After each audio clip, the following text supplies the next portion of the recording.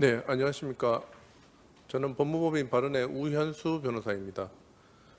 최근 채권 시장의 여러 좋지 않은 시그널에 따라 신용으로 운영되는 A, B, CP 등 PF 대출 구조에 악영향을 주었습니다.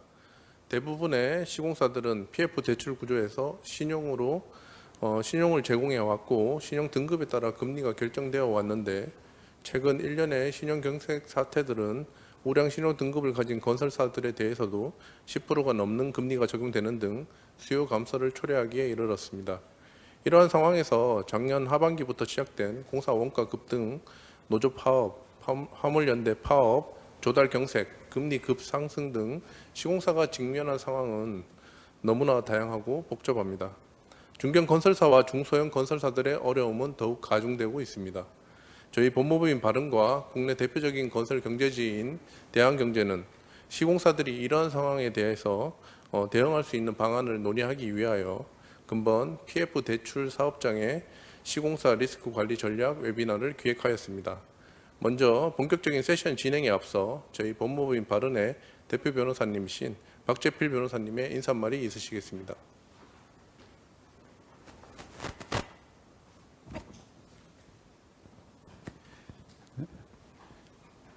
안녕하십니까. 법무법인 바른의 박재필 대표 변호사입니다. 요즘 언론에서 표현하는 소위 레고랜드 사태, 즉 지방자치단체가 지급보증한 ABCP에 대한 해당 지방자치단체의 태도 표명으로 말미암아 건설 부동산에 이루어진 PF 금융시장의 혼란이 야기되는 상황이 계속되고 있습니다.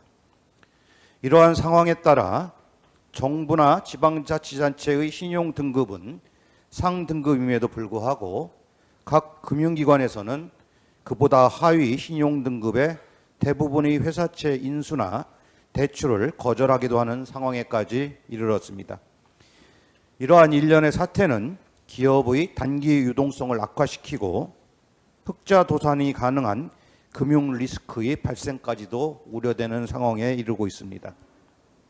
특히 건설 부동산 시장은 그동안 국내 부동산 경기 호황으로 인하여 최근 2, 3년 내에 다양한 형태의 PF가 이루어져 왔으며 이러한 대부분의 PF가 국내 건설 회사나 신탁 회사의 신용을 그 근간으로 하고 있었으나 이러한 투자자들의 기피로 단기 자금 유동성 문제가 국내 건설 회사의 도산으로 이어질 가능성도 제기되고 있는 상황입니다.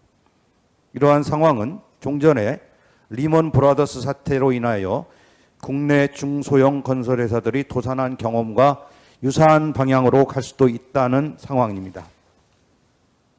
이에 법무법인 바른의 부동산 PF 금융위기 대응팀은 시공사 입장에서 PF 대출 사업장에서 발생할 수 있는 리스크를 먼저 진단을 하고 그에 따른 관리 전략을 수립하기 위한 방안을 논의하는 웨비나를 개최하기로 하였습니다.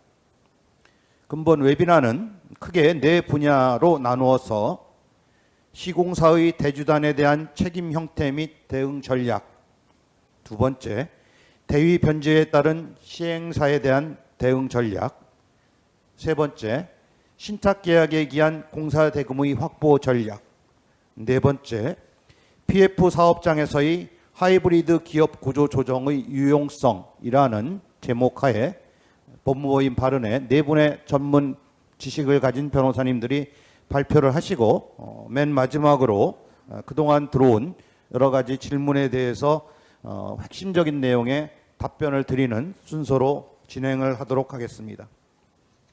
아무쪼록 이번 웨비나를 통하여 관련 기업들이 위기 대응에 많은 도움이 되시기를 진심으로 바라고 이 웨비나를 공동 주관하는 대한경제 김영철 대표이사님께 감사의 말씀을 드립니다. 감사합니다. 네, 다음으로 대한경제 김영철 대표이사님의 인사말이 있으시겠습니다. 안녕하십니까. 대한경제 발행인 김형철 사장입니다. 최근 금리 인상, 물가 상승과 맞물려 자금시장 유동성 문제가 심각해졌을 뿐만 아니라 이른바 레고랜드 사태까지 겹치면서 채권 시장 자체가 얼어붙고 있습니다. 금리 인상에도 불구하고 채권 수요는 오히려 줄어든다기보다 기업의 자금줄이 막히는 돈맥 경화 현상도 이어지고 있습니다. 건설업계는 가뜩이나 자재 가격, 인건비 상승으로 공사기비가 급증해 힘든 상황에서 자금줄까지 막힐 위기에 놓여 있습니다. 특히 부동산 프로젝트 파이낸싱 시장의 경우 혼란을 넘어 건설사 부도 리스크까지 언급되는 실정입니다. 이번 웨비나에 많은 분들이 참여하신 이유는 건설업계와 시장의 불안감이 그만큼 크다는 것을 반영하는 것으로 볼 수 있습니다. 이런 시기에 법무법인 발언과 저희 대한경제가 공동으로 시공사들이 가장 시급한 현안인 PF 대출 사업 시장에서 발생할 수 있는 리스크에 대한 긴급 진단에 나선 것은 아주 시의적절하다고 하겠습니다. 법무법인 발언의 부동산 PF 금융위기 대응팀 소속 베테랑 변호사들이 시공사의 대주단에 대한 대응 전략, 시행사에 대한 대위 변제 전략 등 다양한 정책을 제시할 예정입니다. 아무쪼록 오늘 웨비나를 통해 많은 건설사들이 PF 대출 사업장의 리스크를 사전에 점검하고 적절히 대응할 수 있는 전략을 찾을 수 있었으면 좋겠습니다. 감사합니다.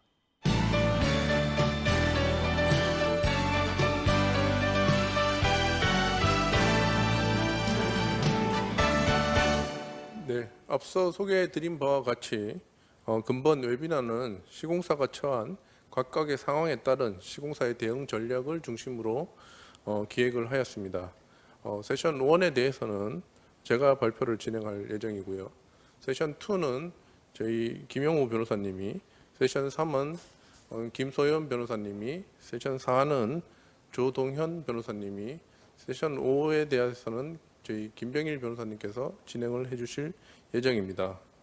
자, 먼저 이제 세션 1 발표를 제가 지금부터 진행을 하도록 하겠습니다. 간략히 이제 현재 상황의 기폭제 역할을 한 레고랜드발 신용경색 사태에 관하여 말씀을 드리고 PF 시장의 전반적인 문제 상황과 정책적 대응 방안에 관하여 간단하게 소개하도록 하겠습니다. 올해 초부터 금리 급등, 부동산 경기 하락 등으로 인한 PF 시장의 경색은 시작되었다고 생각됩니다. 레고랜드 사태는 이에 상당한 기폭제 역할을 하였는데 간략하게 내용을 요약하여 설명드리도록 하겠습니다. 레고랜드 사업의 경우 선사시대 유적 발굴 등으로 사업이 지연되자 약 2,500억 원의 사업자금 조달에 강원도 중도개발공사가 연대 보증을 하였고, 이러한 보증, 즉 강원도의 신용을 바탕으로 ABCP가 발행되었습니다. 그런데 ABCP에 대한 이자 납부는 한 상태에서 강원도지사가 만기 연장을 위한 명시적 대주의 동의 없이 강원도 중도개발공사에 회생 신청 계획을 발표하였고, 이러한 발표를 기한이익 상실 사유로 판단한 대리금융기관에서는 디폴트를 선언하고, 이를 채권시장에서는 지방자치단체 보증까지 믿기 어렵게 되어 채권의 경색이 시작되었습니다. 현재 레고랜드 사안을 간단하게 요약을 해서 말씀을 드렸는데, 이 건의 이제 현재 주요 쟁점은 기한이익 상실 사유 발생 여부입니다. 현재 강원도는 이자 납부를 완료를 했고, GJC 즉 강원도 중도개발공사의 회생 신청 계획 발표는 기한이익 상실 사유가 아니다라는 주장을 하고 있고요. 대주는 GJC의 회생 신청 계획 발표 자체가 기한이익 상실 사유에 해당한다는 주장을 하고 있습니다. 이 건에 대해서는 결국 법원에서 소송으로 진행되는 등 그런 결론을 봐야 되겠지만, 강원도 주장과 대주의 주장이 첨예하게 대립하고 있기 때문에 향후 대주의 기한이익 상실 사유의 발생이라는 그 기준을 정하는 중요한 내용이 될 것으로 예상하고 있습니다. 다음으로 현재 부동산 PF 시장의 문제 상황에 대해서 말씀드리도록 하겠습니다. 현재 저희 국내 부동산 PF의 단계적 순서입니다. 계약금 대출이나 브릿지 대출이 토지 확보 차원에서 먼저 발생을 하고요. 그 다음에 토지가 완료되고 이제 착공에 들어갈 무렵에 이제 본 PF가 일어납니다. 본 PF가 완료되고 나면 리파이낸싱을 하든지 대환을 하는 등 신용담보로 리파이낸싱 구조로 이어집니다. 이럴 때 계약금 대출과 브릿지 대출 단계에서 신용담보로 이루어지는데 이러한 계약금 대출과 브릿지 대출의 위험성이 증대되고 있는 게 현재 부동산 PF 시장의 상황입니다. ABCP 등 미매각 등으로 인한 단기 자금 유동성도 약화되고 있습니다. 또 금리 급상승으로 인해서 조달이 실패되고 있습니다. 이러한 조달 실패는 결국 책임준공 등 각종 책임을 부담한 신용을 제공한 시공사의 리스크가 전이되고 있습니다. 이러한 형태가 지금 충남 지역에서 우석건설이 보도에 이르렀고 2022년 11월 지난달에는 이제 창원시에 소재한 동원건설산업이 부도가 났습니다. 이런 상황에서 이제 정부 역시 부동산 PF 위기를 직감하고 한국건설산업연구원에서는 그 원인 진단과 정책적 대응 방안에 대해서 제시하기도 하였습니다. 그 정책적 대응 방안으로 첫 번째 제시된 게 부동산 규제 완화, 그 다음에 정부에서 좀 주도적으로 유동성 공급 장치를 마련하고, 그 다음에 이러한 신용 경색이나 이런 자금 조달 실패로 인해서 문제가 생긴 시공사 등에 대해서는 채무 조정 등을 하는 방안들을 제시한 바 있습니다. 이러한 문제 상황에서 저희는 시공사를 중심으로 해서 시공사와 대주단의 관계, 각 시행사와의 관계, 신탁사와의 관계, 그 다음에 뭐 향후에 그 시공사가 그 위기를 벗어날 수 있는 상황에 대한 문제 대응 방안을 본권 세미나로 진행을 하도록 하겠습니다. 자, 첫 번째 세션으로 시공사의 대주단에 대한 책임 형태 및 대응 전략에 대해서 발표하겠습니다. 대출 약정상 대주단에 대한 시공사의 책임 형태입니다. 통상적으로 시공사는 채무인수, 연대보증, 자금보충, 책임준공 등의 형태로 신용보강을 제공을 하고 있습니다. 이는 대출 약정의 단계별 진행에 따라 특수하게 이루어지는 부분인데요. PF 대출 약정에서 차주인 시행사는 토지를 매수하는 주체지만 일반적으로 신용이 낮고 담보력이 없습니다. 따라서 부동산 PF 대출 약정은 부족한 시행사의 신용 그리고 담보 보강이 필요합니다. 이때 가장 큰 역할을 하는 것이 시공사입니다. 따라서 단계별로 구분하면 토지 매매 계약 단계에서 계약금 대출, 그 다음에 토지 중도금 또는 잔금 단계에서 브릿지 대출이 발생을 하고요. 인허가 완료 및 착공 단계에서 본 PF 대출이 일어납니다. 이 각 단계 중에서 주로 말씀드린 이제 토지 중도금 또는 잔금 단계에서 대주는 시공사의 신용 보강을 요구를 합니다. 이러한 시공사의 신용 보강 형태는 앞서 말씀드린 것처럼 연대보증, 그 다음에 채무인수, 자금보충, 책임준공 형태로 주로 발생합니다. 연대보증에 대해서는 워낙 이제 민법 쪽에서 많은 법리들이 갖춰져 있는 부분이기 때문에 크게 많은 설명이 필요하지는 않습니다. 다만 간략하게 설명을 드리면 계약금 대출 단계에서 사업의 성공 가능성이 명확하지 않기 때문에 시공사 참여가 낮고요. 시공사는 브릿지 대출 단계에서 주로 참여합니다. 이때 시공사의 신용보강으로 연대보증이 이루어지게 되면 연대보증의 대상 및 효과는 대주에 대해서 차주인 시행사의 주채무와 연대해서 시공사가 채무를 부담하게 됩니다. 특히 브릿지 대출 단계에서 신탁계약이 이루어지는데 이런 신탁계약 단계에서 우선 수익권의 LTV가 부족할 경우 부족분에 대해서 시공사의 연대보증을 요구하는 사례도 있습니다. 주로 시공사에 대해서는 연대보증까지 요구하는 경우는 이런 우선 수익권의 LTV가 부족한 경우에 많이 이루어지는 것으로 알고 있습니다. 이러한 연대보증의 효과는 연대보증 채무와 주채무가 동일하기 때문에 결국 연대보증을 이행을 하게 되면 대의변제 효과도 생기고요. 이러한 대의변제 효과는 뒤에 대의변제 후 시행사의 관계를 논하는 세션 2에서 자세히 설명할 예정입니다. 또 여기에 이제 좀 파생되는 형태로 영대 보증 이행에 가름해서 시공사의 차주인 시행사에 대한 대주의 대출 원리금 채권 양수도 형태로도 진행되는 경우가 있습니다. 이때는 채권 양도의 대항력 등을 위한 조치, 즉 통지 또는 승낙이 필요합니다. 이러한 형태의 이제 파생되는 형태로 일단 소개를 좀 드렸고요. 다음으로 채무인수입니다. 채무인수는 공정거래법상 채무보증 제한 기업 집단 등 대기업 집단의 경우 국내 계열회사에 대한 채무보증이 제한되고 또 시공사가 SPC나 PFV를 설립하는 경우에 이런 대기업 집단은 또 연대보증이 아닌 면책적 채무인수 형태로 신용보강을 하기도 합니다. 따라서 이제 채무인수 형태는 면책적 또는 병전적 채무인수 형태입니다.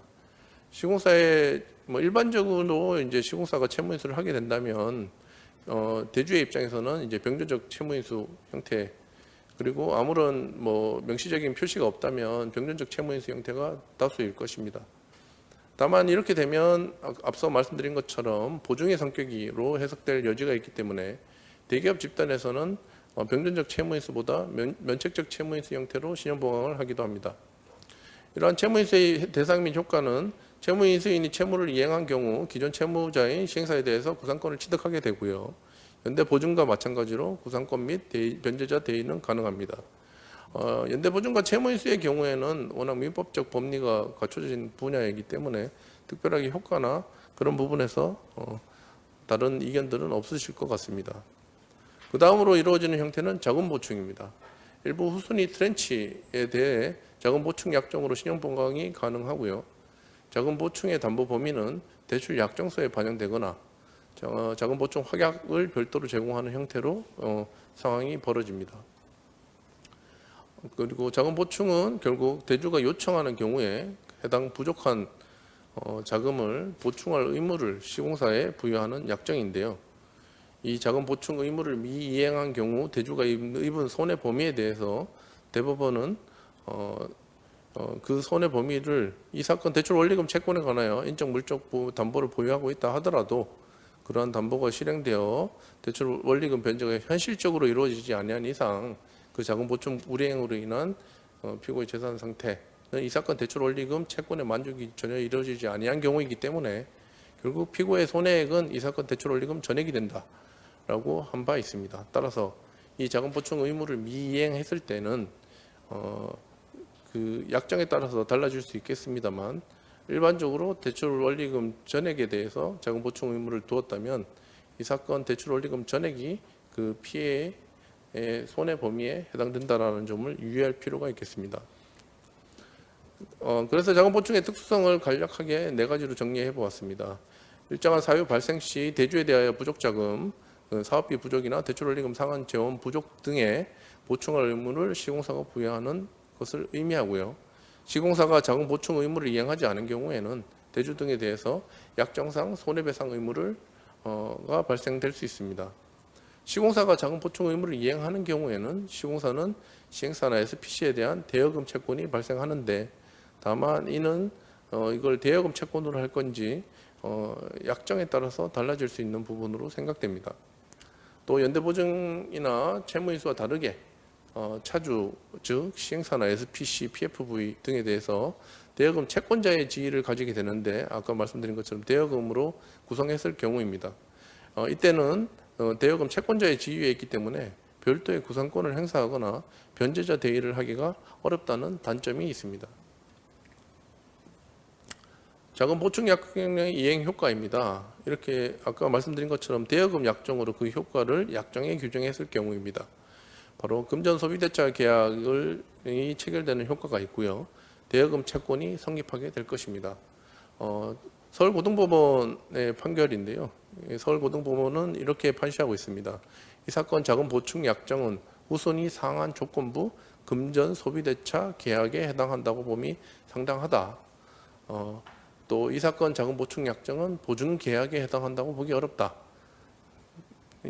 따라서 이 자금 보충 약정의 효과는 약정의 그 성격이나 내용에 따라 달라지겠지만 일반적으로 우순위 상한 조건부 금전 소비대차 계약이 체결돼서 대여금 채권으로 발생될 효과가 그렇게 발생될 수 있다라는 부분들을 살펴보시면 좋겠습니다. 다음으로 일반적으로 시공사가 많이 제공하는 형태인 책임준공입니다. 책임준공은 대법원 2009-20628 판결에서 그 책임준공의 성격에 대해서 자세하게 이제 설시한 바가 있었는데요. 천재지변 등 불가항력적인 사유가 발생하지 않는 한 착공 후 그다음에 공사 기간 내에 책임 준공할 의무를 시공사가 부담을 하는 것이고, 이러한 책임 준공 의무는 결국 그 차주인 시행사가 사업을 정상적으로 수행하기 어렵다 하더라도 그 시공사가 그에 관한 모든 권리와 의무를 인수하여 공사를 완공할 의무를 부담하는 것이고, 이는 시공사가 대주에 대하여 부담하는 물적 담보의 역할을 한다라는 것이 대법원 판시 내용이었습니다. 또 같은 거의 유사한 판결로 대법원 2014-75349 판결이 있습니다. 책임준공 의무는 대주에 대한 신용 공여로서의 성격을 가지고 있다라는 부분들이 이제 법원에서 지금 판시하고 있는 책임준공의 성격이고요. 관련 판결 내용은 아까 말씀드린 것처럼 같은 취지의 판결이기 때문에 생략하도록 하겠습니다. 또 약간 좀 다른 형태로 책임 분양의 형태가 발생될 수 있습니다. 책임 분양은 상가 등의 경우에 많이 추가되는 신용보강의 형태인데요. 이러한 책임 분양 의무를 부여하는 경우는 미분양 등이 발생했을 때 대출원리금 상환 재원이 부족할 경우에도 시공사가 대출원리금 상환 재원을 채워 넣도록 하는 의무를 의미합니다. 책임 분양의 효과로서 시공사가 만일 책임 분양을 의무를 이행하게 되면 미분양 물건에 대해서 직접 분양을 실행하거나 대물 변제, 구상권 행사 등으로 효과가 발생할 수 있습니다. 시공사가 그 의무를 불이행하는 경우에는 일반적으로 채무인수 등 그런 효과들을 약정서에 기재하는 경우가 다수입니다. 따라서 책임 분양이 만일 대출 약정 등에 포함되어 있다면 그 약정에 따라 달라지기 때문에 약정서 내용에 상당히 주의를 기울일 필요가 있습니다. 일반 대출 약정상에 이러한 그 신용보강을 했을 때 일반 대출 약정상에 디폴트 사유가 발생했을 때의 절차입니다. 이는 대출 약정에 따라 달라지는 부분이긴 하지만 대부분의 대출 약정에서 유사하게 규정된 걸로 저는 알고 있기 때문에 그러한 내용들을 담았습니다. 자, 대출 약정상 디폴트에서는 두 가지로 나누어집니다. 당연 기한 이익 상실 사유입니다. 예시적으로 기재를 했는데요. 차주 등이 금융 계약에 따라 지급하여야 할 금액을 해당 지급기일에 지급하지 아니하는 경우, 그다음 차주에게 부도 사유가 발생하거나 지급 불능이 된 경우가 대표적인 당연 기한 이익 상실 사유입니다. 이 경우는 차주는 대주의 통지나 이행 최고 일정한 기한의 부여 없이도 당연 기한 이익 상실 사유가 발생하면 자동으로 대출금의 미상한 원금 및 발생 이자 등 대출 원리금 전액이 채무 전체가 기한 이익을 상실하게 되고, 대주에 대한 이행 청구나 독촉 등의 절차가 없다 하더라도 그 상한 의무를 즉시 변제할 의무가 차주에게 부여가 됩니다. 이를 당연 기한 상실 사유이고요. 일반 대출 약정상에 기한이익 상실 선언이 필요한 경우도 있습니다. 일반적으로 앞에 말씀드린 당연 기한이익 상실 선언은 더 이상 PF 대출 약정이 유지될 수 없는 경우를 의미하고요. 뒤에 기한이익 상실 선언이 필요한 경우는 어느 정도 치유가 가능한 사유들을 규정을 합니다. 일반적으로 가압류나 체납처분 등 법적 절차가 개시되거나, 그다음에 차주 등이 금융 계약에 따른 의무를 위반하거나, 그다음에 그런 부정적 영향을 미칠 수 있는 재반 사유들이 발생한 경우에 발생을 하는 것이고요. 이 경우에는 대주가 차주에게 모든 대출금의 미상한 원금 및 그런 채무 전체에 대해서 이행기가 도래하였음을 선언하는 통지를 하여야 합니다. 그러한 통지를 하는 경우에 이 기한이익 상실이 그 대출 약정상 발생되고요. 대주는 그러한 결정을 하기 이전에 이를 결정할 수 있는 절차를 대출 약정에서 규정을 합니다. 예를 들어 뭐 가반수 대주의 찬성으로 디폴트 선언을 할 수 있는 경우도 있을 것이고 대주 전체의 그 동의를 얻은 경우에만 디폴트 선언을 할 수 있는 경우도 존재할 것입니다. 자, 이런 그 앞에서 살펴본 책임 형태별로 시공사의 대응 전략에 대해서 소개하도록 하겠습니다. 연대보증 및 채무인수의 경우에는 당연히 주채무에 대한 연대보증 및 채무인수를 하게 되기 때문에 주채무와 동일한 채무를 부담하게 되고 시공사는 해당 채무를 이행하고 시행사 소유의 토지 등의 구상권 및 변제자 대의 행사가 가능합니다. 또 이제 많이 들어가는 것은 이제 시행사 주식에 대한 근질권 실행인데요. 시행사 주식에 대한 근질권 실행은 매우 면밀하게 검토를 한 후 진행될 필요가 있습니다. 특히 이게 회계적, 세무적으로는 어느 회사의 지분을 소유하는 형태가 돼버리기 때문에 이는 굉장히 면밀한 검토가 필요하다고 사료됩니다. 일부 대출 원리금에 대한 연대보증 및 채무인수를 한 경우에는 시공사가 후순위 권리를 보유하도록 규정하는 경우가 많습니다. 이 경우에는 선순위 대주에 대한 대출 원리금 상환 이후에 권리 행사가 가능하기 때문에 그 시공사 등은 자금 부담이 증가하게 되고요. 이 경우에는 결국 자금 유동성 확보나 그런 이제 부채 등 이연 방안을 수립할 필요가 높아지게 됩니다. 자금 보충의 경우에 시공사의 대응 전략을 말씀드리겠습니다. 만일 자금 보충 의무를 이행하게 되면 자금 보충 의무가 일부에 대해서 이루어지는 경우도 있고 전부에 대해서 이루어지는 경우도 있지만 이렇게 이행되면 만일 대여 채권자가 되기로 되어 있다면 시공사는 후순위 대여 채권자가 될 가능성이 높습니다. 만일 자금 보충 의무를 미이행하게 되면 시공사는 손해배상 의무가 발생하게 되고요. 근데 이러한 손해배상 의무는 시공사가 그 자신의 의무를 미이행함에 따라 대주에 대해서 부담하는 채무에 해당하기 때문에 이를 바로 차주에게 구상하거나 변제자 대리가 어려울 수가 있습니다. 즉 자기의 채무 불이행에 따라서 대출 원리금을 손해배상으로 상환하게 되는 구조이기 때문에 구상권이 형성될 수 있는지 그에 따라서 변제 대리를 할 수 있는지에 대해서는 약정에 따라서 면밀한 검토가 필요할 것입니다. 따라서 그런 경우에는 미이행한다고 결정하는 부분에서는 더 세밀한 검토가 필요하고요. 따라서 그냥 일반적인 형태의 자금 보충 의무라면 시공사로서는 자금 보충 의무를 이행하여서 후손이 되어 채권자의 지위를 가지고 자금 보충한 금액의 회수 방안을 강구하는 것이 유리할 것으로 사료됩니다. 그다음 일반적으로 이제 통상적으로 들어가는 책임 준공이고요. 만일 책임 준공 의무에 대해서 시공사는 다음과 같이 대응하는 것이 좋을 것 같습니다. 책임 준공 의무를 이행하게 되면 특히 약정상 별도의 효과 규정이 없는 경우를 의미합니다. 만일 책임 준공 의무를 미이행하게 됐을 때 채무인수 등을 규정하고 있다면 앞서 말씀드린 것처럼 이제 채무인수의 효과로 흘러가게 될 것이고요. 여기에서 지금 기재하고 있는 것은 책임 준공 의무를 그 자체로 이제 별도의 효과 규정 없이 이행할 경우입니다. 불가항력적인 사유가 발생한 경우를 제외하고는 차주인 시행사가 공사대금을 미지급하는 경우에도 시공사가 예정 준공일까지 준공할 의무를 부담하게 되고요. 이러한 책임 준공은 판례의 태도와 같이 대주에 대한 신용공약 또는 물적 담보로 기능을 합니다. 차주의 공사대금 미지급 경우에도 건물을 모두 준공을 해야 될 의무이기 때문에 책임 준공 의무를 다하게 되면 준공 건물은 대주가 가진 담보권을 대의 행사해서 처분 가능하게 되고 시공사도 공사대금 채권을 차주에게 행사 가능한 구조로 흘러가게 됩니다.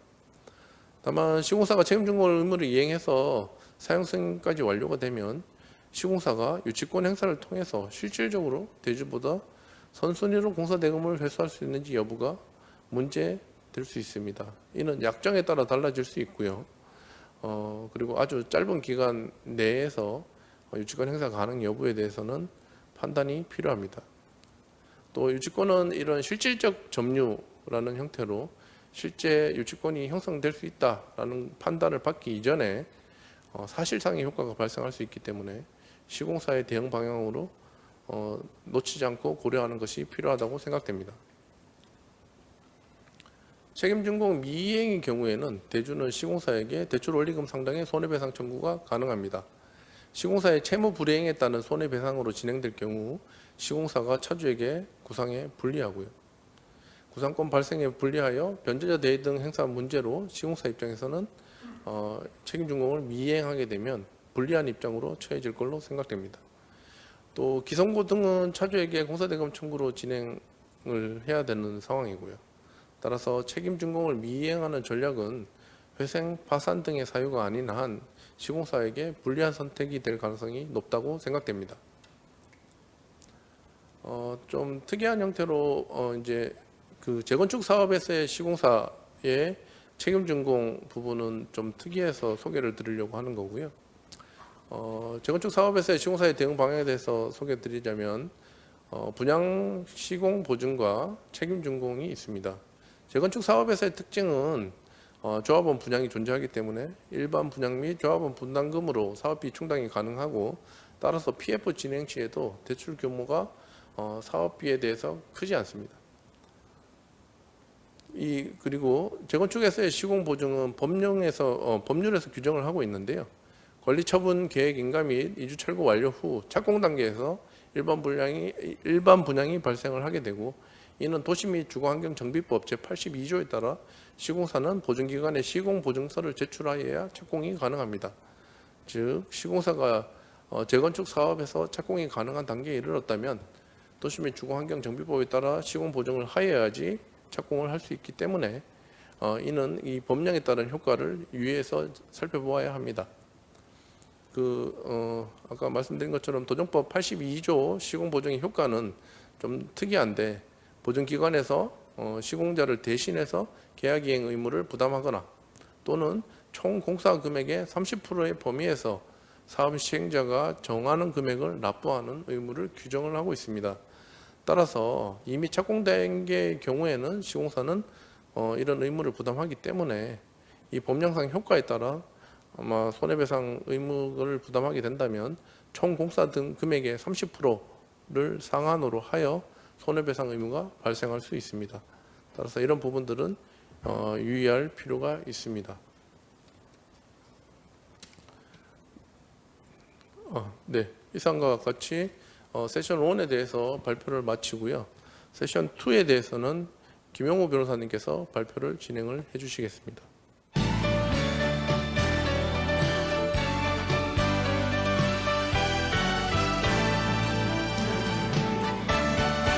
네, 안녕하십니까. 바른의 김용호 변호사라고 합니다. 저는 대위 변제에 따른 시행사에 대한 대응 전략 부분을 맡아서 발표를 드리겠습니다. 앞선 이제 우현수 변호사님께서 전체적인 개관을 해주셨다면 저는 좀 이제 미시적인 관점에서 대위 변제 등에 대한 부분들을 말씀드리도록 하겠습니다. 제가 말씀드린 부분은 크게 네 가지인데요. 첫 번째는 이제 부동산 프로젝트 파이낸싱의 기본적인 거래 구조, 그리고 이제 시공사의 신용 보강 유형에 따른 대위 변제, 그리고 대위 변제에 따른 시행사의 정상 관계를 어떻게 할 것인지 여부, 그리고 마지막으로 시공사가 공사대금 지급을 담보하기 위한 수단이 무엇인지에 대해서 유치권과 관련해서 주로 말씀을 드리도록 하겠습니다. 네.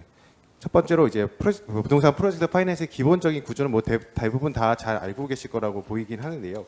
기본적으로 대주가 차주에게 PF 대출을 하고 그것에 대해서 이제 시공사에게 신용 보강을 요구하는 그런 형태이고요. 그다음에 차주는 시공사에게 공사도급 계약을 체결하고요.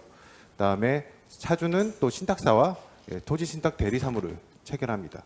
그럴 경우 신탁사는 대주에게 통상 1순위 우선 수익권을 부여하고 시공사에게는 특히 이제 책임준공 확약을 한 시공사에게는 2순위 우선 수익권을 부여하는 것이 일반적이고, 그다음에 이 차주에 대해서는 이제 수익권을 가지고 있는데 이 수익권을 근질권을 설정하는 대주가 그런 방식으로 통상 파이낸싱 계약이 이루어지고 있습니다.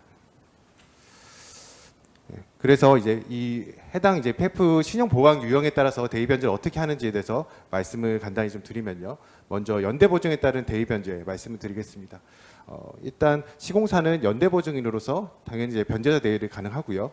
변제자 대위를 할 경우에는 민법상 자신의 권리에 의해서 구상할 수 있는 범위 내에서 채권 및 그 담보에 관한 권리가 이전하게 됩니다. 그런데 이 담보에 대한 권리에는 질권, 자당권이나 보증인에 대한 권리 같이 전형적인 담보뿐만 아니라 채권자와 채무자 사이에 채무의 이익을 확보하기 위해 특약이 있는 경우 그 특약에 의해서 채권자가 가지고 있는 권리도 포함한다는 것이 대법원 판례 입장이고요. 그런데 이 우선수익권은 우선 변제적 효과를 채권자에게 기속시킬 수 있는 신탁계약상의 권리이고 따라서 이 구상 가능한 채권에는 신탁계약에 따른 대주단의 선순위 우선 수익권도 포함한다라고 보시면 될 것 같습니다. 다음으로 대위 변제를 했을 경우에 어떤 것들을 요구할 수 있는지 그것들을 말씀을 드리면요. 일단 대주단의 우선 수익권을 대위 변제를 한 시공사는 대주단의 우선 수익권을 행사하거나 수익권의 근질권 실행에 의한 권리 행사를 가능합니다. 따라서 시공사로서는 먼저 신탁사를 상대로 우선 수익권 증서 인도 청구를 할 수 있겠고요. 다음에 공매 요청, 신탁 부동산에 대한 공매 요청 또는 수의계약에 의한 신탁 부동산의 처분을 요구할 수 있습니다. 그리고 신탁재산 교부 청구도 가능한데요. 특히 이제 신탁재산 귀소국을 원인으로 한 소유권 이전 등기 청구도 가능하다는 것이 대법원 판례입니다. 오른쪽을 보시면 다만 이 근질권 실행을 해서 소유권 이전 등기 청구권을 할 경우 그것이 이제 민법상 제 345조에 위반되는지 여부가 문제가 된 적이 있었는데요.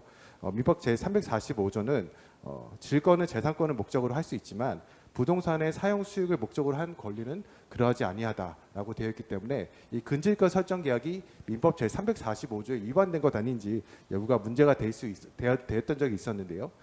대법원은 신탁계약상 수익권은 신탁부동산에서 발생하는 금전 및 그 금전의 운용소익과 이에 준하는 것을 교부받을 수 있는 권리로서 소유권 이전 등기 청구권이 근질권의 목적물인 신탁계약상의 수익권에 포함되어 있다고 보기는 어렵다라고 봤기 때문에 이러한 근질권 실행에 기한 소유권 이전 등기 청구 또한 적법하다는 게 대법원의 입장입니다.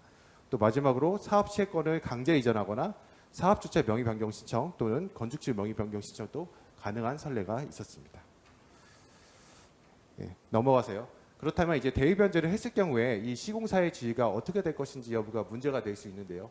우선적으로는 이제 대주단의 권리를 대위에 행사하는 것이기 때문에 당연히 제1순위 우선수익권을 행사할 수 있는 것 아니냐 이런 이제 의문이 들 수 있겠지만 그렇지 않은 경우도 있었습니다. 이 서울고등법원 판례 하구시 판례가 그랬는데요. 이 사건에서는 이제 대출 약정서의 제2순위 우선수익권 즉 시공사가 가지고 있는 우선수익권의 피담보 채무의 범위에는 시공사의 연대 보증에 따라 차주가 대주로부터 차입한 대출금으로 인해 발생하는 시공사의 구상금 채권 일체가 포함된다라는 이런 규정이 있었거든요. 그래서 이 구상금 채권 일체는 구상금 채권을 확보하기 위한 변제자 대위로 인한 권리를 포괄하기 위한 것으로서 시공사가 변제자 대위로 우선 취득한 우선수익권은 제2순위 우선수익권으로서 제1순위 우선수익권을 행사하지 못한다라는 그런 판례가 있었기 때문에 이 부분들을 좀 유의해서 보셔야 될 것 같습니다. 넘어가서요. 그러면 다음으로 이제 책임준공 의무 확약에 따른 부분을 말씀드리도록 하겠습니다. 아까 우 변호사님 말씀하신 것처럼 책임준공 의무는 경제적 실질은 대출 채권의 보증으로서 적어도 이제 사실상 시행사의 대출 채무에 대한 보증으로서의 기능이나 경제적 실질을 가진 것으로 대법원은 이제 파악하고 있습니다. 따라서 실무상 책임중무 위반 시 대출 원래금 잔액을 손해배상으로 예정하거나 시공사가 책임중무 의무를 불이행할 경우에 채무를 인수하는 조항을 포함하는 것이 일반적입니다. 이에 따라서 책임중무 의무 불이행 시 조건부 채무 인수 부분에 대해서 말씀을 드리도록 하겠습니다. 이 책임중무 의무를 불이행한 경우에 이제 구상권을 행사할 수 있는지 여부가 문제됐던 대법원 판례가 있었는데요. 이 해당 대법원 판례 사례에서 문제가 된 책임중무 확약 의무는 다음과 같이 규정이 되어 있었습니다. 시공사는 이 사건 진행과 관련해서 어떠한 사유가 발생한 경우에도 이 사건 시설을 책임준공한다. 그리고 그 기타 다른 경우를 제외하고도 이제 공사를 중단할 수 없다. 그리고 시공사가 책임 준공 의무를 이행하지 못할 경우 시공사는 최종 상환일에 차주의 본약정에 따른 대출금 채무 전액을 병존적으로 인수하기로 하고 최종 상환일까지 그 책임 준공 의무를 다한 경우에는 이 채무 인수에 대해서 면책이 된다라는 이런 약정을 하셨는데요. 이런 경우에 시공사가 대위 변제를 하고 조건부 채무 인수에 따른 대위 변제를 하고 구상권을 행사할 수 있는지 여부가 문제가 됐는데 일단 대법원의 결론적으로는 가능하다라는 취지였으며 즉 시공사는 대위 변제에 따라 구상권을 취득하고 대주를 대위해서 시행사에 대해서 권리 행사가 가능하다. 그리고 이 조건부 채무 인수의 형태는 부진적 연대 채무에 관계가 있다라는 부분이었는데 다만 이 사건에서 문제가 됐던 거는 이 책임 중무 의무를 가진 시공사가 책임 준공 의무를 스스로 다하지 못하고 채무를 인수하게 된 경우에도 구상권을 취득할 수 있겠느냐라는 부분들이 다소 문제가 된 적이 있었는데요. 당시 시행사 측에서는 이제 병존적 채무 인수는 자신의 의무인 책임 준공 의무의 변형에 해당하는 것으로서 시행사에 대해 구상권을 행사할 수 없다라는 취지로 주장을 했지만 그런 주장을 받아들이지 않고 병존적 채무 인수는 책임 준공 의무의 변형으로 볼 수 없다라는 것이 당시 하급심 판례였고요. 다음으로 이제 민법 제 150조 제 2항의 조건의 성취로 이익을 받을 당사자가 신의 성실에 반해서 조건을 성취시킨 때에 해당해서 구상권을 행사할 수 없다라는 취지의 주장이 있었습니다. 즉 시공사 입장에서는 본인이 책임 준공 의무를 다하지 못할 경우 이 구상권을 취득하게 되는 그런 관계가 있기 때문에 이 경우에는 이제 이익을 받을 당사자에 해당하는 경우로서 이제 조건을 성취시킨 데에 해당한다는 주장이 있었지만 대법원은 시공사는 이익을 받을 당사자에 해당하지 않기 때문에 시공사를 상대로 책임 준공 의무 불이행을 원인으로 한 손해배상 청구를 구할 수 있음은 변론으로 하더라도 그러한 이유로 구상권이 제한되지 않는다라는 취지로 판시를 한 경우가 있습니다. 다음으로 시공사의 자금 보충 확약에 따른 부분을 말씀드리도록 하겠습니다. 아까도 말씀하셨지만 자금 보충 확약은 사업비 부족할 경우에 대주의 판단에 따라 시공사가 투자 또는 대여로 부족한 자금을 보충하기로 한 확약인데요.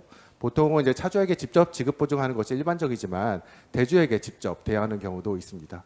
특히 이제 차주의 별도의 요청이 없다 하더라도 자금 보충 상당액을 상계나 공지 없이 대여하도록 약정한 것이 일반적이고요.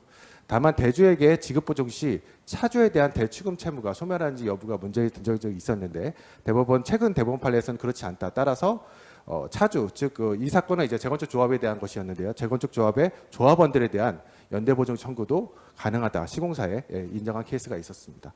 다만 주의하셔야 될 부분은 이제 계열사에 대한 자금 보충으로서 이 부분이 이제 공정거래법상 이제 이슈가 있을 수가 있는데 대법원은 사법상 효력에 대해서는 일단 유효하다고 보고 있습니다. 그래서 공정거래법상을 위반한 채무부정이나 탈법 행위가 그 자체로 사법상 효력을 부인해야 할 만큼 현저히 반사회성이나 반도덕성을 지닌 것이라고 볼 수는 없다라고 판시를 했습니다. 이렇게 대위 변제를 하게 되면 시행사와의 정상관계가 또 남게 되는 건데요. 시행사의 정상관계를 어떻게 할 것인지에 대해서도 여러 가지 고려를 해보실 수 있습니다. 첫 번째로 시행사를 완전히 내보내고 시공사가 직접 사업을 시행하는 경우도 있을 것이고요. 두 번째는 시행사가 시행하는 사업에 이익을 배분하는 약정을 해볼 수도 있을 것이고, 그리고 시행사와 시공사의 관계에서 공사비 증액 약정을 하는 경우도 있을 것이고, 그다음에 대물 변제를 받는 그런 형태로 정산하시는 방법도 있을 것입니다. 각각의 경우에서 살펴보면 먼저 시행사에 대한 확정 수익금을 지급하고 신탁 수익에 관한 권리를 포기 내지 양도받는 이제 방법이 있을 것이고요. 이거는 종전 사례에서도 선례에서도 인정된 케이스고, 시공사는 시행사에게 기투입한 비용 상당의 확정 수익금을 지급하고 이 사건에서는 부동산의 일부였습니다. 분양 업무 수행 권한이나 사업비 집행 권한, 신탁재산 처분 권한을 위임받거나 법인 사용 인감을 교부받는 방법으로 직접 사업을 수행할 수 있는 방법이고요. 두 번째로 이제 시행사로부터 사업 이익을 배분하는 약정을 고려해 보실 수 있는데, 다만 좀 주의하실 부분들은 이 경우 이제 민법상 조합법 내가 적용이 될 수 있어서 이 구상권 상당액이 출자금 내지 투자금으로 평가될 수 있으므로 그 경우에는 조합계약의 해지가 제한된다거나 조합의 해산 청구 또는 탈퇴, 제명 등의 방법으로만 다툴 수 있고, 조합계약상의 채무 불이행을 위한 손해배상을 청구할 수 없는 등의 이런 제한이 있기 때문에 이런 부분들은 다소 좀 유의해서 보셔야 될 것 같습니다. 다음으로 이제 말씀드릴 부분이 이제 공사비 증액 약정을 통해서 정산하시는 방법도 있을 것 같은데, 다만 이제 요 이슈는 이제 종전에도 문제가 됐었고 저희가 또 별도의 세미나를 하기도 했었지만, 특히 이제 민간공사 물가변동 배제 특약을 이제 맺는 경우가 종종 있거든요. 그런 경우에 그러한 특약의 효력이 어떠한 것인지에 따라서는 이제 2017년 전환합의체 판결로서 이런 원칙적으로 유효하다라는 것이 기본적인 전제입니다.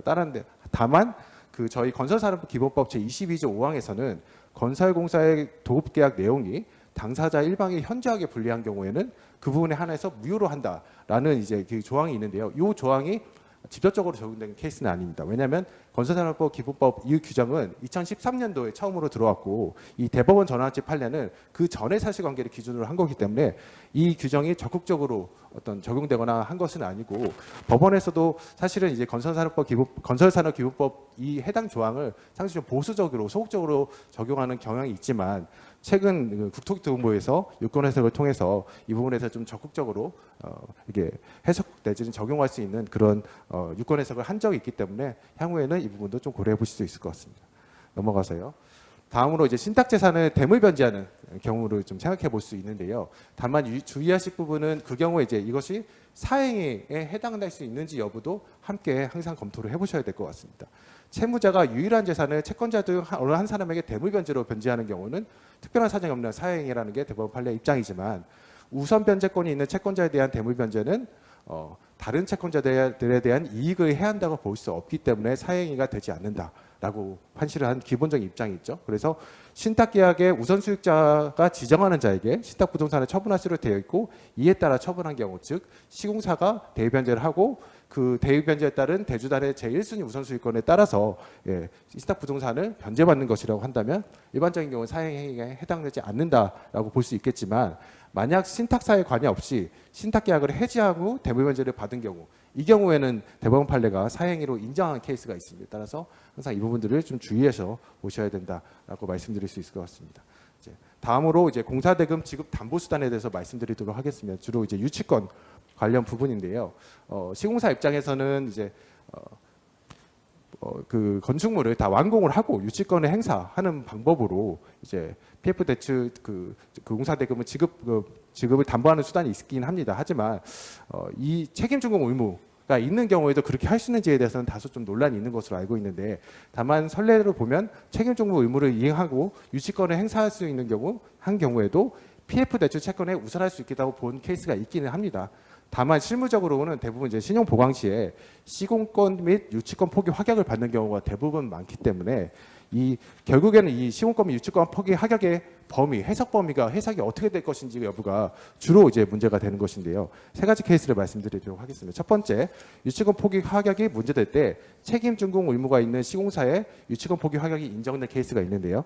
빨간색 부분들을 보시면 시공사의 주장과 같이 유치권 포기 약정의 범위를 축소해서 시공사의 유치권 행사를 허용하는 경우 이는 결국 신탁계약상 시공사보다 선순위 우선사의 수익권자인 이사건 특수목적 회사들이 가지고는 우선수익권에 설정한 근질권을 행사해서 PF 대출금에 대한 이자 원금을 받게 되는 대주들의 이익을 침해하는 결과를 초래하게 된다라고 이런 기본적인 시각을 가지고 유치권 포기 약정이 인정된 케이스가 있습니다. 반면 관리역 토지 신탁의 계약에서 이제 시행권이 신탁사에게 위탁된 경우 신탁사의 건물인도 청구에 대해서 시공사의 유치권 포기하기 특이하게 유치권 포기 특이하게 효력이 미치지 않아서 결국 유치권이 인정된 케이스가 있는데요. 이 건에서 이제 빨간색으로 보시면 이 사건의 경우 시행사의 의무 이행에 관한 시공사의 연대 책임을 묻는 것이 아니기 때문에 이 사건 신탁계약 특약사항에 따라 시공사의 이 사건 유치권 행사가 제한된다고 볼 수 없다. 즉 이 지금 유치권 포기 특약의 확약은 그 시공사의 이제 연대 보증 의무와 관련된 부분인데 그러한 것이 아니라 신탁 계약상에 청구를 하는 거기 때문에 유치권 포기가 제한된다고 볼 수 없다. 즉 유치권이 인정된 케이스도 있었습니다. 또 다른 케이스에서는 이제 유치권 포기 약정이 인정되기 위해서는 시행사의 시공권 포기 및 양도 요청, 새로운 시공사 지정, 시공사 양도에 대한 참여 통지 등 일련의 양도 절차가 엄격하게 준수되어야 함에도 그런 절차가 진행되지 않았음 이유로 유치권 포기 요건이 인정되지 않았다고 본 케이스도 있습니다. 빨간색 부분을 보시면 이와 같이 시공권의 양도 사유 발생은 물론 절차로서 시행사의 여러 가지 이제 절차들이 엄격하게 준수하게 요구되는데 이 건의 경우 그러한 절차를 준수하지 않았기 때문에 결국 유치권 포기 효력이 미치지 않는다라는 부분이죠. 그래서 시공사 입장에서도 어쩔 수 없이 유치권 포기 특약을 하셔야 한다면 이런 식으로 이제 절차상의 요건을 조금 더 엄격하게 하셔서 일종의 허들을 하나 더 만들어 보시는 방향도 고려해 보실 수 있을 것이고요. 다음으로 이제 수급인의 목적 부동산에 대한 저당권 설정 청구권에 대해서 말씀드리도록 하겠습니다. 이게 민법 제666조에 있긴 한데요. 이 조항에 대해서 보면 이제 부동산 공사의 수급인은 보수에 관한 채권을 담보하기 위해서 그 부동산을 목적으로 한 저당권을 설정을 청구할 수 있다라는 이제 규정입니다. 따라서 시공사 입장에서는 이 건축물 완공 후의 건축물에 대한 저당권 설정 등기 청구가 가능하겠죠. 특히 이제 시공사 입장에서는 이 건축물에 대해서는 건물과 주변 그리고 주벽과 건물 그리고 그 기둥이 있을 경우에는 이제 일반적으로 이제 원시 취득한다는 그런 이제 법리가 있기 때문에 그 법리에 따라서 어느 정도 원시 취득이 됐다라고 하면 바로 저당권 선정 등기 청구권을 할 수 있는 그런 요건도 이런 고려해 보실 수 있습니다. 다만 이제 최근 나온 그 하급심 판례인데 이거를 좀 일반적인 경우로 확대돼야 되는지 여부에 대해서 조금 논란이 있을 수 있는데 당사자 약정에 의해서 적용을 배제하거나 달리 정할 수 있는 규정, 즉 저당권 선정 등기 청구권은 임의 규정이기 때문에 시공사가 신탁계약의 3순위 우선 수익권자로서 신탁계약에 따라 공사대금을 지급받기로 약정한 경우 저당권 선정 등기 청구권을 포기한 것으로 본 케이스가 있었습니다. 이 경우에서는 묵시적으로 포기하기로 약정했다. 그래서 명시적으로 포기 약정하지 않은 경우에도 불구하고 저당권 설정 등기 청구를 포기한 것으로 본 이런 하급심 판례가 있는데 이 경우를 이제 일반적으로 확대할 수 있는지에 대해서는 조금 생각을 해봐야 될 것 같습니다. 마지막으로 이 부분은 뭐 아직은 많이 논의가 되지 않고 최근에 뭐 비교적 최근에 나온 조문인데 이제 민간공사에서 공사대금 지급의 보증을 청구하는 부분이 있습니다. 즉 건설산업기부법 제22조 2의 부분인데요. 수급인이 발주자에게 계약의 이행을 보증하는 때에는 수급인도 발주자에게 공사대금의 지급, 보증 또는 담보를 요구할 수 있고 상당한 기간을 정해서 이행을 최고할 수 있고 만약 그 기간 동안에 이행이 되지 않는다면 공사를 중지할 수 있고 도급계약을 해지할 수 있는 이런 이제 규정이 신설이 됐고 해당 기간 동안은 발주자의 손해배상 청구 또한 제한된다는 규정이 있습니다. 다만 이 규정을 이제 위반할 경우에 과태료 부과 규정이 있고 임의 규정으로 이제 보이는 그런 것으로 보입니다. 따라서 신탁계약의 해석에 따라서는 마찬가지로 지급보조 청구 등을 포기한 것으로 해석될 여지도 있다라는 점도 같이 알아두시면 될 것 같습니다. 제가 말씀 부분은 여기까지고요. 다음으로 넘어가겠습니다. 감사합니다. 네, 다음으로 세션 3 발표는 김소연 변호사님께서 진행을 해주시겠습니다.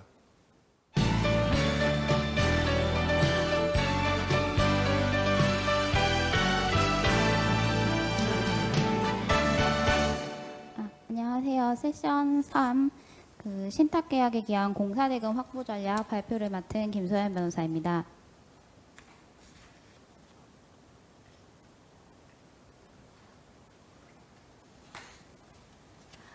우선 신탁계약상 시공사가 보유하고 있는 우선 수익권의 성격과 그 범위에 대해서 먼저 말씀을 드리도록 하겠습니다.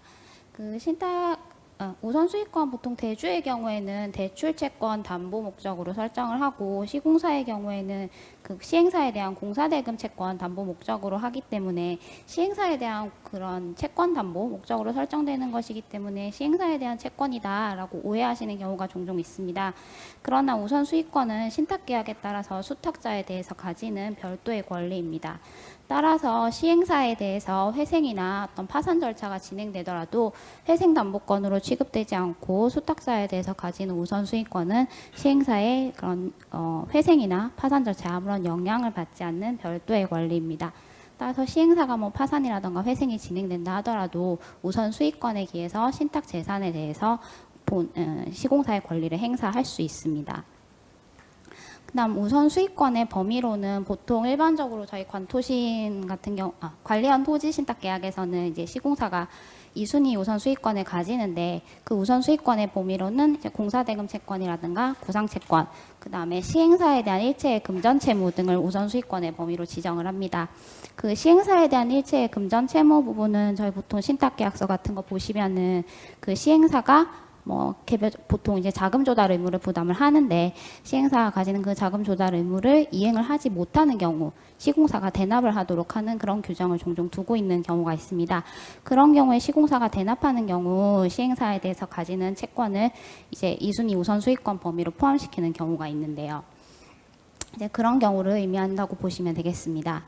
그 구상채권은 보통 책임준공 의무 대출 약정이라던가 그다음 책임준공 확약 등에 의해서 발생하는 그런 책임준공 의무 미이행으로 인한 채무 인수나 대위 변제 시 대주에 대한 대위 변제 시 발생하게 됩니다.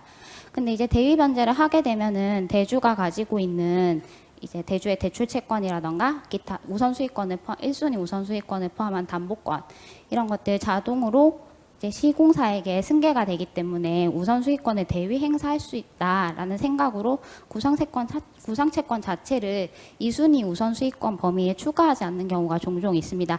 예전에는 좀 주로 그랬던 것 같고 최근에는 보통 이제 구상채권을 많이 포함을 시키고 계십니다.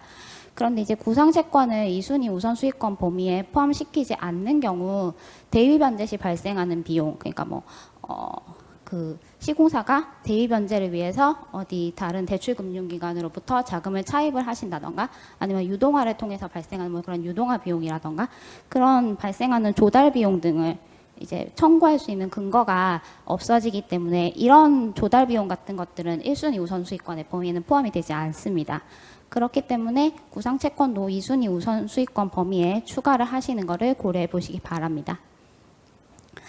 그리고 이제 시공사가 그 중도금 대출에 대해서 보증을 하는 경우도 종종 있습니다.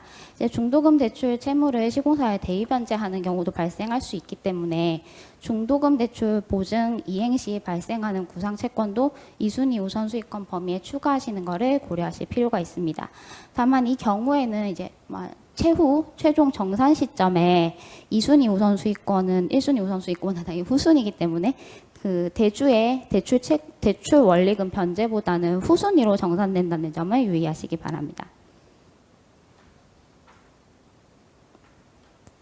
그다음 이제 우선수익권의 행사는 결국 공매 신청으로 가름을 할 수가 있는데요.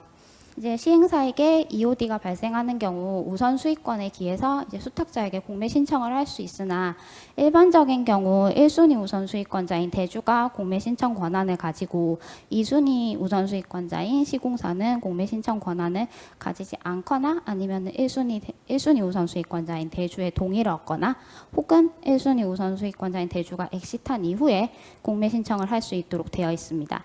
그래서 실질적으로는 그 시공사가 공매 신청을 하는 경우는 결국 대주가 이제 대주에 대한 대출 원리금을 시공사가 대위 변제한 경우에 주로 일어나고요.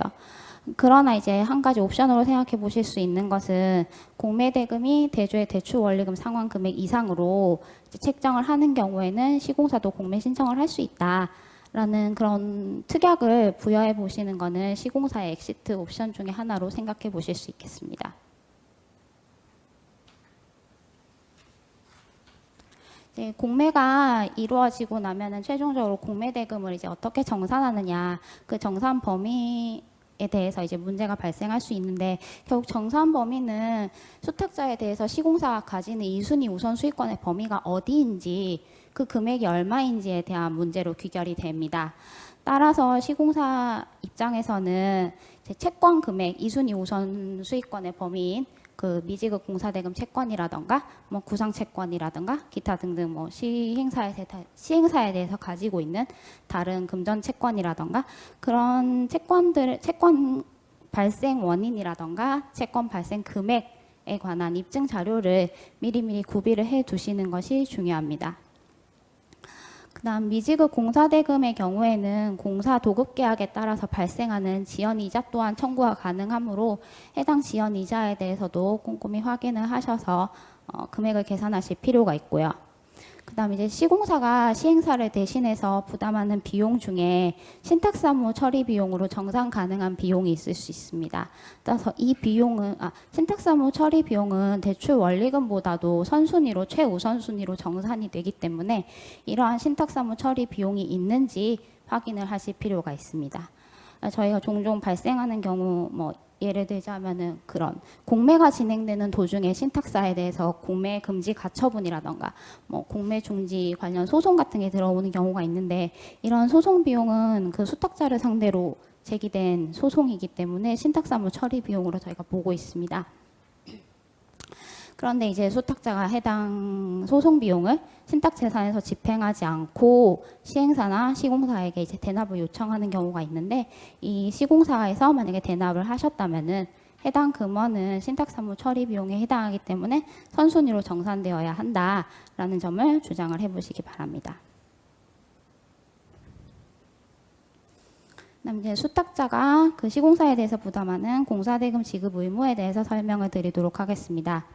원칙적으로 그 공사 도급 계약은 시공사와 시행사가 체결하기 때문에 시행사가 시공사에 대해서 공사대금 지급 의무를 부담합니다.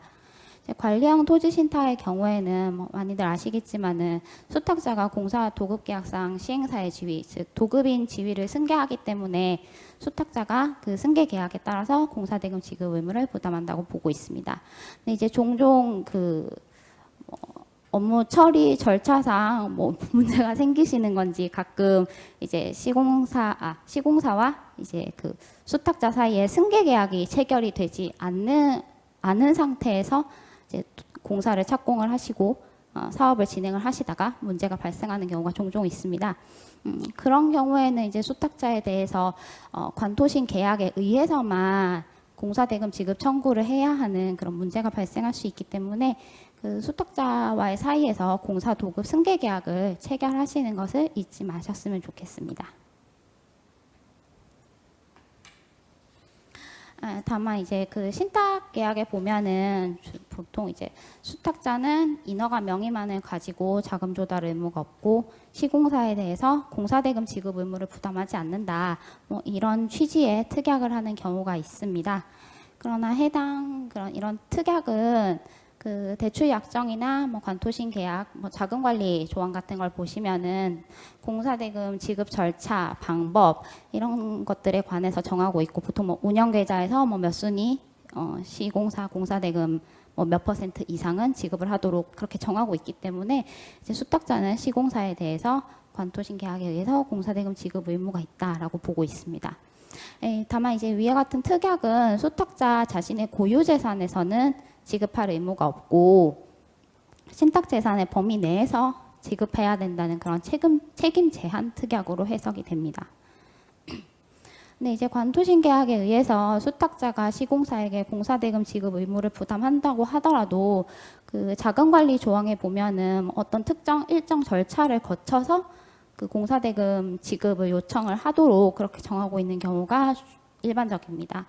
그렇기 때문에 이런 경우에는 수탁자가 공사대금 지급 의무가 있다고 하더라도 절차를 거치지 않은 상태에서는 수탁자에게 청구를 하더라도 인용이 되지 않는 경우가 있고 실제로 그런 판결 사안이 있습니다.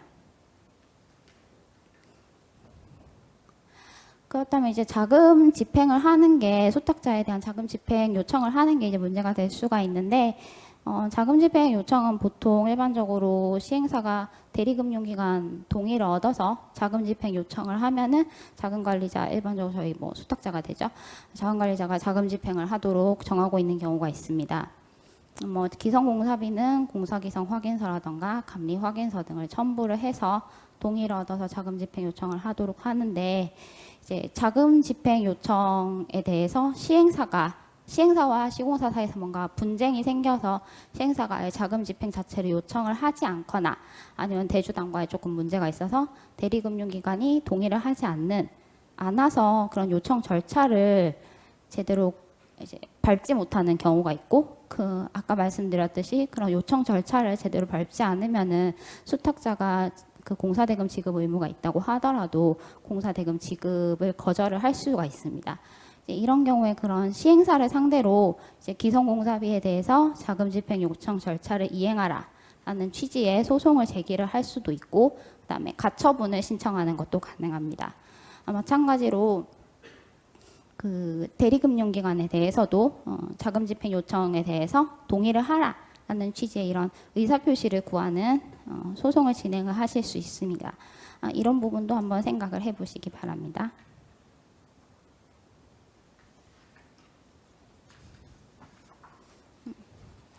그리고 앞서 이제 세션 2에서도 잠깐 설명을 드린 부분인데 이제 공사대금 채권을 피담보 채권으로 한 저당권 설정 등기 청구도 고려해 볼 수 있습니다. 일반적으로 이제 관토신 형태의 PF 사업은 대주가 1순위 우선 수익권을 가지고 시공사가 2순위 우선 수익권을 가지기 때문에 시공사의 저당권 설정 등기 청구를 인정하게 되는 경우 대주의 1순위 우선 수익권을 대주가 1순위 우선 수익권을 취득하지 못하는 그런 결론이 나올 수 있습니다. 그런데 좀 예외적으로 그 시공사의 수탁자에 대한 저당권 설정 등기 청구가 인용된 사례가 있어서 이 부분을 좀 소개해드리고자 합니다. 대출 원리금이라던가 공사대금이 지급되지 않은 상태에서 시행사에게 EOD가 발생을 했는데 근데 이제 예외적으로 신탁계약상 선순위 공사대금 금액이 정해져 있었고 그 선순위 공사대금은 대출 원리금보다 우선해서 신탁재산에서 집행할 수 있다라는 취지의 특약이 있었습니다. 이런 경우에 그리고 또 대출 원리금 상환이 어려운 경우 대주가 처분 신탁이라던가 근저당권 설정 방식으로 사업비를 정산할 수 있는 권리를 가지면서 대주에게 1순위 우선수익권 혹은 1순위 근저당권을 설정하게 해서 대주가 최우선순위 담보를 제공받도록 하는 규정도 있었지만 그 시공사의 선순위 공사대금 채권이 대출 원리금보다 우선하에 집행한다라는 이런 특약이 있었기 때문에 이 선순위 공사대금 채권에 기한 시공사의 저당권 설정 등기 청구는 그 대출 원리금 채권을 무시하는 침해하지 않는다고 봐서 원래 그렇게 합의가 되어 있었다라고 봐서 시공사의 저당권 설정 등기 청구가 인정된 그런 사안입니다. 이러한 경우가 같이 계약에 어떤 내용이 있었냐, 어떤 취지의 특약이 있었냐, 당사자들 사이에서 어떤 합의가 있었냐에 따라서 미지급 공사대금 채권을 피담보 채권을 하는 저당권 설정 등기 청구가 인용될 가능성이 있고 이는 신탁사에 대해서 어느 정도 압박이라던가 그런 대응 수단으로 사용할 수 있기 때문에 이런 부분도 고려해 보실 수 있겠습니다. 네, 이상으로 세 번째 세션 발표를 마치겠습니다. 감사합니다. 네, 다음으로 세션 4를 저희 조동현 변호사님께서 발표 진행해 주시겠습니다.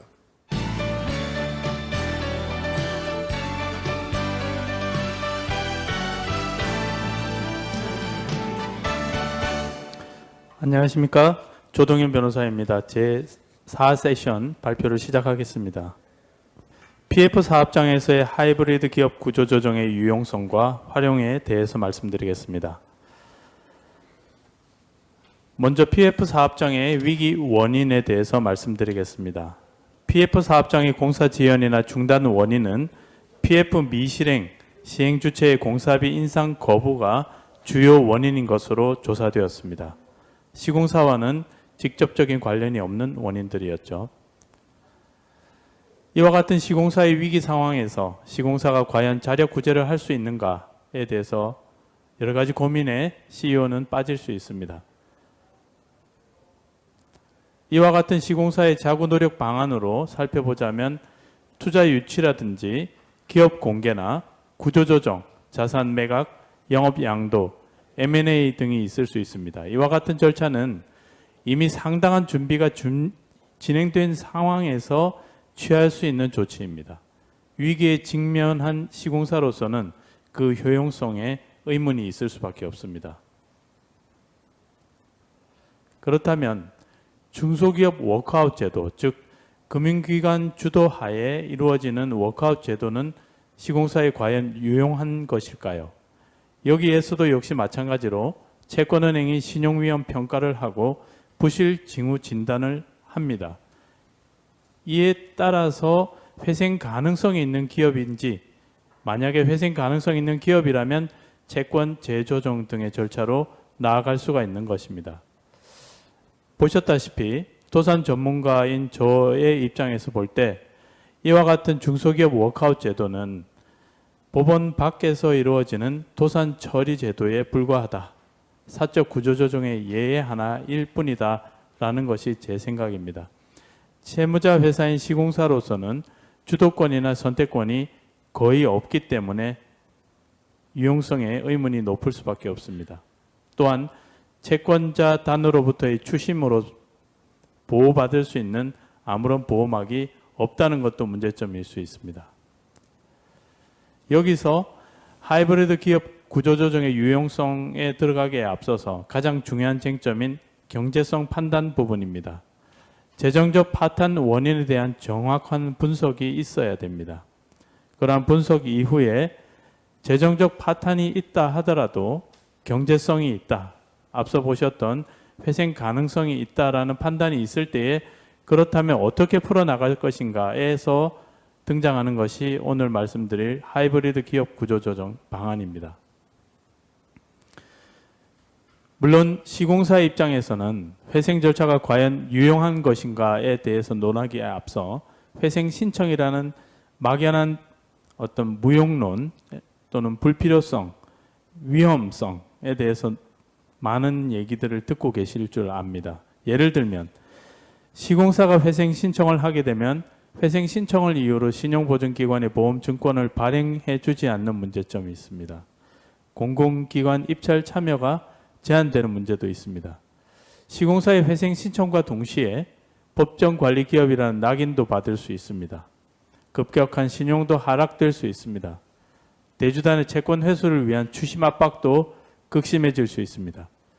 물론 개별적인 공사 현장에 대해서 개별 채권자들이 임의 경매 개시 신청도 할 수 있고 공사 현장 매출 채권에 대한 가압류나 강제 집행도 이루어질 수 있습니다.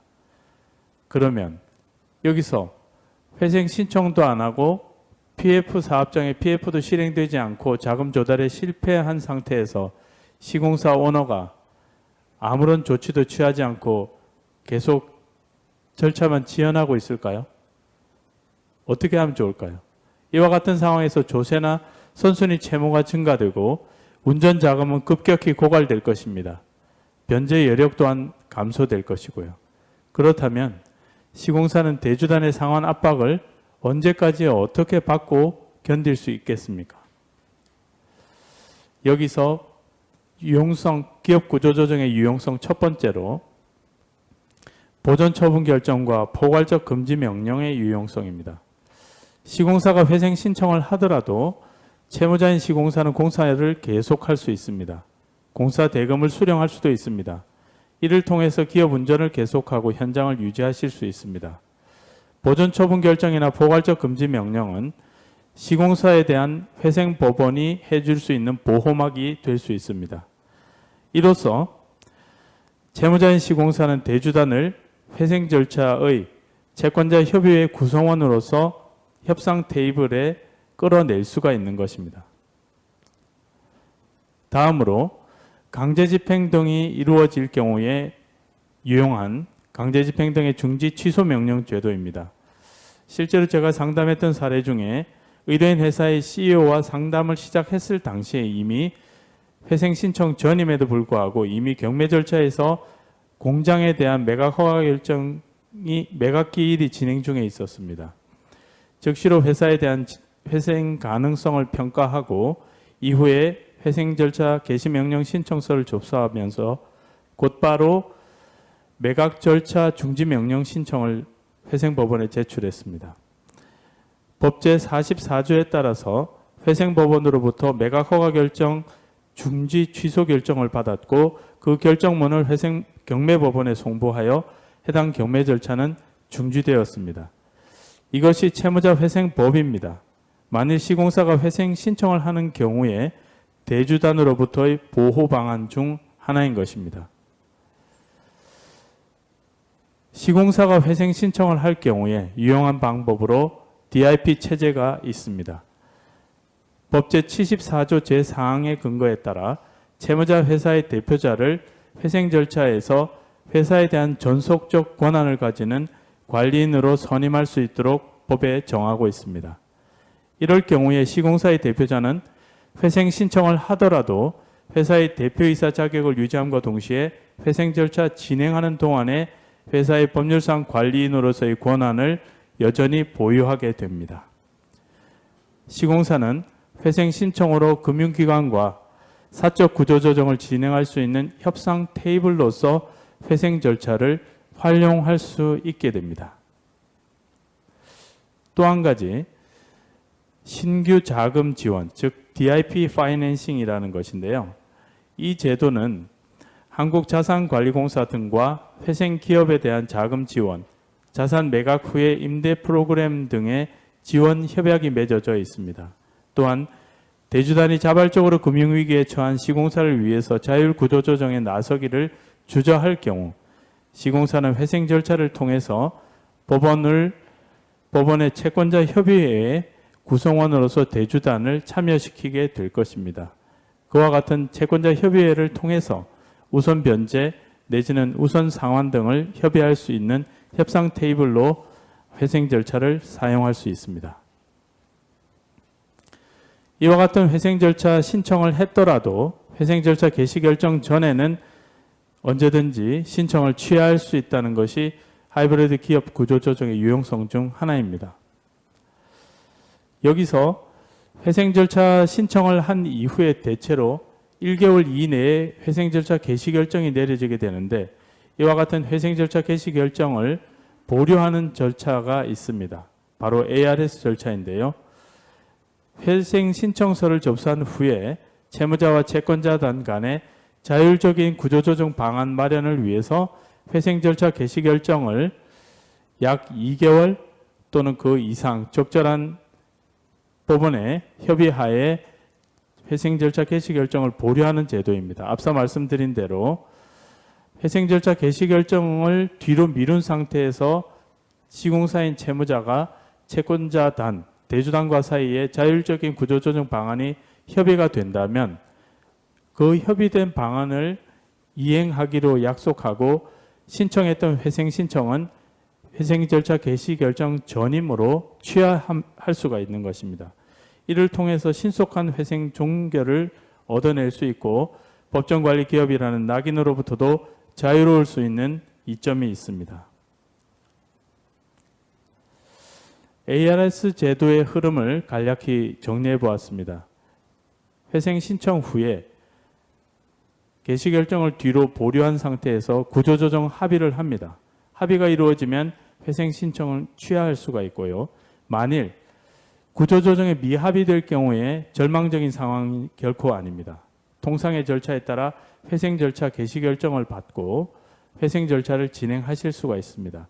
이러할 경우에 회생 개시 결정을 보류한 상태에서 채권자들과 사이에 여러 달 동안, 수개월 동안 협의한 내용을 토대로 해서 회생 계획안을 준비할 수가 있는데요. 만일 채권자들의 2분의 1의 동의를 얻었을 경우라면 P플랜을 준비하실 수가 있습니다.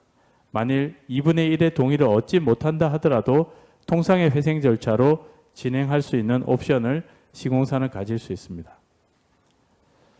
이와 같은 ARS 제도, 즉 회생 개시 결정을 뒤로 보류한 상태에서 채무자 회사와 채권자단 사이에 협상을 진행해서 성공적으로 인가된 사례들을 소개해 드리겠습니다. 바른이 수행했던 레이클스 순천 사례, 그리고 코스피 상장사인 주식회사 지코 사례, 제가 수행했던 것인데요. 역시 마찬가지로 ARS 기간 동안에 매수자를 정하고 매각 절차를 추진한 다음에 사전 회생 계획안을 마련했던 사안입니다. 또 다른 사례로서 제일병원이 있습니다. ARS 기간 동안에 병원이 보유하고 있던 부동산 자산을 매각한 사례입니다. 매각 협상을 위해서 채권자단으로서 저도 채권자 입장에서 관여했던 사안인데요. 채무자 병원이 준비한 여러 가지 회생 계획안에 대해서 주도 면밀하게 살펴볼 수 있었고 해당 매각 계획안이 상당히 실효성이 있다고 판단해서 동의를 한 이후 병원이 부동산 자산이 매각이 됐고 회생 계획안도 추후에 성공적으로 인가되었던 사례가 되겠습니다. ARS 활용 사례 중에서 채권자 협상은 되지 않았지만 이후에 채권자 협상 진행 중에 나왔던 계획안이 손쉽게 개시 결정으로 진행되었고 이후에 인가된 사례로 일손개발이었던 레이크힐스 용인 CC 사례도 제가 수행했던 사례 중에 하나입니다. 이와 관련해서 ARS를 앞서 말씀드렸던 P플랜과 접목하는 것에 대한 여러 가지 시도가 다양하게 이루어지고 있습니다. 시공사가 회생 절차 신청 전에 대주단과 긴밀한 협의를 통해서 대주단과 협의된 변제 방안, 즉 회생 계획안을 마련하고 회생 절차 개시 신청과 동시에 혹은 곧바로 회생 절차 개시 결정을 기다리지 않고 즉 사전 계획안을 법원에 제출함으로써 회생 계획안에 대한 동의율, 즉 인가율을 높이는 방법으로 현재 사용이 되고 있습니다. P플랜에 대한 법률적 근거로서는 법제 223조 제1항에 채무자의 부채의 2분의 1 이상에 해당하는 채권자 또는 이러한 채권자의 동의를 얻은 채무자가 회생 절차 개시 전까지 사전 계획안을 제출할 수 있습니다. 이와 같은 P플랜 회생 절차는 여러 가지 단계 중에서 사전 실사 보고서를 신청 대리인이 작성하고 이를 토대로 해서 사전 계획안을 작성하기 때문에 이후에 채권자 목록이라든지 관리인 조사 보고서 제출이라든지 이런 걸 동시에 진행하게 됩니다. 이를 통해서 조사위원회 선임도 생략하고 여러 가지 회생 절차에 있어서 개시 결정 전에 상당한 절차가 이루어지기 때문에 시공사가 이와 같은 P플랜을 ARS 절차 동안에 대주단과 상당히 협의할 경우에는 개시 결정 전에 유효한 협상안을 마련할 수 있다는 장점이 있습니다. 이와 같은 ARS 절차 진행 중에 시공사가 보유하고 있는 여러 가지 분리 매각 가능한 영업이나 현장, 또 보유하고 있는 부동산 자산이 있을 경우에는 그 자산 등을 매수할 매수 희망 의사를 가진 회사를 물색하거나 예비적으로라도 선정되어 있거나 선정 신청을 협의하던 중이라면 시공사로서는 그와 같은 매수자 내지는 매수 희망자를 공고 전 인수 희망자로 내세워서 대주단과 사이에 회생 신청을 접수함으로써 대주단의 추탈적인 채권 추심으로부터 법원의 보전 처분 등을 통한 보호막을 가진 상태에서 매각 절차를 진행해 나갈 수가 있습니다. 이와 같은 스토킹 호스 비딩 방식에 의한 매각은 수의 계약과 공개 입찰의 장점을 더한 매각 방식입니다. 이를 통해서 공고 전 인수 희망자로 시공사가 선정한 희망자를 조건부 인수 계약에 있어서의 아주 강력한 인수자로 최후에는 확정할 수 있도록 하는 유용한 매각 방식이 되겠습니다. 이와 같은 스토킹 호스 비딩에 의한 매각 대상은 채무자 시공사가 보유하고 있는 영업이나 회사가 보유하고 있는 자산, 채무자에 대한 자체적인 M&A도 대상이 될 수 있고 회생 계획의 인가 전후에 상관없이 매각 진행이 가능합니다. 앞서 말씀드렸던 ARS 사례 중에 하나인 레이크힐스 순천이 이와 같은 스토킹 호스 매각 방식과 ARS를 접목해서 진행했던 사례입니다. 이와 같은 스토킹 호스에 대해서는 채무자 회생법 62조의 명문의 근거가 있습니다. 이와 같은 스토킹 호스 매각 절차는 서울회생법원 준칙 제241호 회생 절차에서의 M&A에 관한 규정을 근거해서 본계약 체결까지 진행할 수 있도록 명문의 규정이 뒷받침되고 있습니다. 마지막으로 통계 하나를 말씀드리고 발표를 마치고자 하는데요. 서울회생법원, 수원지방법원 그리고 전체 회생법원에 접수된 사건 수가 왼쪽으로 보면 22년도입니다. 그런데 코로나 팬데믹이 시작되기 직전이던 19년도에 굉장히 사건 수가 많았습니다. 이후 점차 회생 사건 수가 줄어들고 있는데요. 이와 같은 원인에 대해서 진단을 요구하는, 원인을 분석하는 여러 가지 시도를 저는 해봤습니다.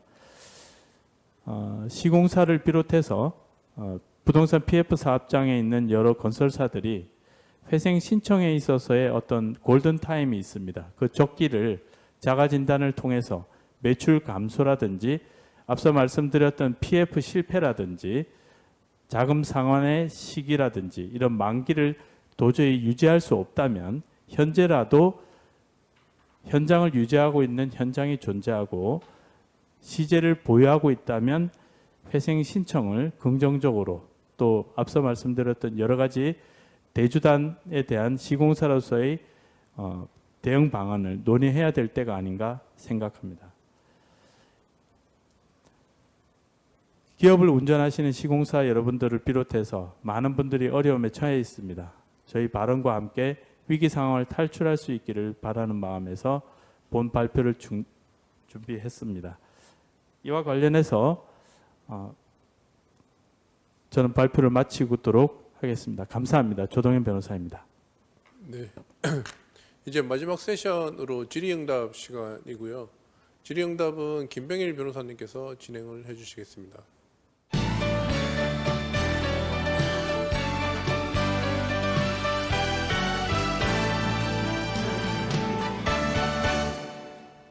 예, 안녕하세요. 바른의 김병일 변호사입니다. 저는 마지막 5번째 세션 질의응답 시간을 맡았고요. 사전에 여러분들 참석 신청을 하실 때 사전에 미리 질문들을 좀 받았습니다. 그래서 몇 가지 이 질문에 대해서 제가 구두로 좀 답변을 드리고 그리고 지금까지 이제 4가지 세션에 대해서 이제 발표를 들으시면서 궁금하신 사항이 생기신 분들께서 이제 즉석에서 질문을 해주시면 제가 대답할 수 있는 것은 제가 대답을 하고, 그리고 또 각 세션을 담당해 주신 변호사님께 서 답변을 해주실 부분들은 제가 마이크를 넘겨서 담당하신 변호사님께 답변을 듣는 그런 시간을 갖도록 하겠습니다. 사전 질의 내용에 대해서 답변을 드리기에 앞서서 오늘 이 4가지 세션의 그 발표 자료에 대해서 제공을 이제 요청을 하실 분들이 계실 것 같아서 그것과 관련한 안내 말씀을 먼저 드리도록 하겠습니다. 참가 신청한 방식과 동일한 방식으로 저희 발언에 요청을 하시면 저희가 오늘 발표한 자료를 그대로 보내드릴 수는 없고 적절하게 좀 축약해서 익명 처리할 부분들을 익명 처리해서 적절하게 좀 편집된 그런 제공본을 별도로 저희가 좀 준비를 해서 요청하시는 분들께 별도로 보내드리도록 하겠습니다. 자, 그러면 사전에 질의하신 그 질의 내용에 대해서 한번 보겠습니다. 자, 첫 번째 질문입니다. 아까 발표 내용과도 관련이 있는 부분인데요. 책임준공 미준수로 채무 인수를 한 시공사가 시행사 측 자금 보충인에게 대주단에게 변제한 후에 구상을 할 수 있느냐? 자금 보충인과 채무 인수한 시공사 간의 내부적 분담 비율에 관한 질문입니다. 이 부분은 제가 답변을 드릴 건데요. 그러니까 부동산 PF에서 신용 보강 계약에 따라서 이제 신용 보강자가 신용 보강 의무를 이행을 한 경우에 이를 변제자 대위로 보아 신용 보강자가 차주에 대해서 이제 구상권을 갖고 제3자인 채권자가 차주에 대해서 가지는 그런 계약상의 권리와 이에 대한 담보권 등을 대위 행사할 수 있는지에 관한 문제로 보입니다. 지금 이 질문은 채무 인수를 한 시공사가 또 다른 그 신용 보강자인 시행사 측 자금 보충인에게 그 구상을 할 수 있겠느냐와 관련된 질문입니다. 일반적으로는 책임준공 미준수로 책임준공을 한 시공사와 그 자금 보충인 간에 만약에 연대 채무 관계에 있다라고 볼 수 있다면 그 연대 채무자가 변제, 기타 자기의 출제로 공동 면책을 얻은 때에는 다른 연대 채무자의 부담 부분에 대하여 구상권을 행사할 수 있다라는 그런 법리가 있는데, 이에 따라서 그 다른 채무자, 연대 채무자에게 구상권을 행사할 수 있을 것으로 보입니다. 그러나 지금 이 별도로 존재하는 그 시행사 측 자금 보충인에게 이러한 그 구상권을 행사할 수 있는지 여부는 자금 보충 약정의 법적 성질을 무엇으로 볼 것이냐와 관련된 문제인 것으로 생각이 됩니다. 그 아까도 설명을 드린 것처럼 자금 보충 약정의 법적 성질은 그 경제적으로는 보증과 같은 그런 기능을 수행하지만 법적으로는 그 후순위 상환조건부 금전 소비대차 계약으로 보고 있기 때문에 그 자금 보충 사유가 발생한 경우 차주에게 후순위 대출이나 추가 출자할 것을 약정하는 그런 금전 소비대차 계약의 그 자금 보충인에게 그 이런 채무 인수를 한 시공사가 그 연대 채무 관계를 전제로 해서 그 구상권을 행사하는 것은 어려울 것으로 생각이 됩니다. 그리고 두 번째 질문, 책임준공 만기와 대출 만기가 가까운 시점에서 책임준공을 미준수하였을 경우 시공사의 대응 방안, 전제 조건이 있습니다. 리파이낸싱이 현재 어렵고 시공사 자금 경색으로 대위 변제가 어려운 상황을 전제로 달았습니다.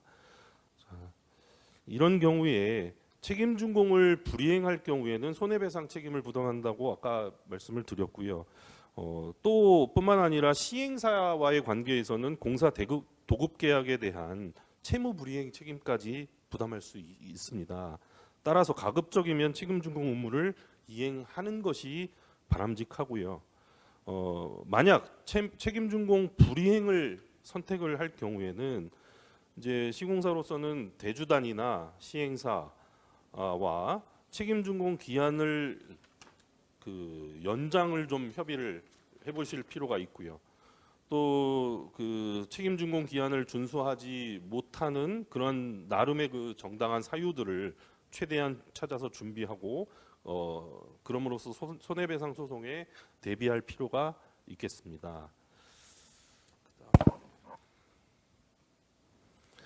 두 번째 질문은 PFV 사업장 주주로서 이제 곧 브릿지론 230억이 만기가 도래하는데 이때 이제 이런 상황에서 인허가가 실패가 됐을 때 어떤 대응 방안을 생각해 볼 수 있겠는가라는 질문이었습니다.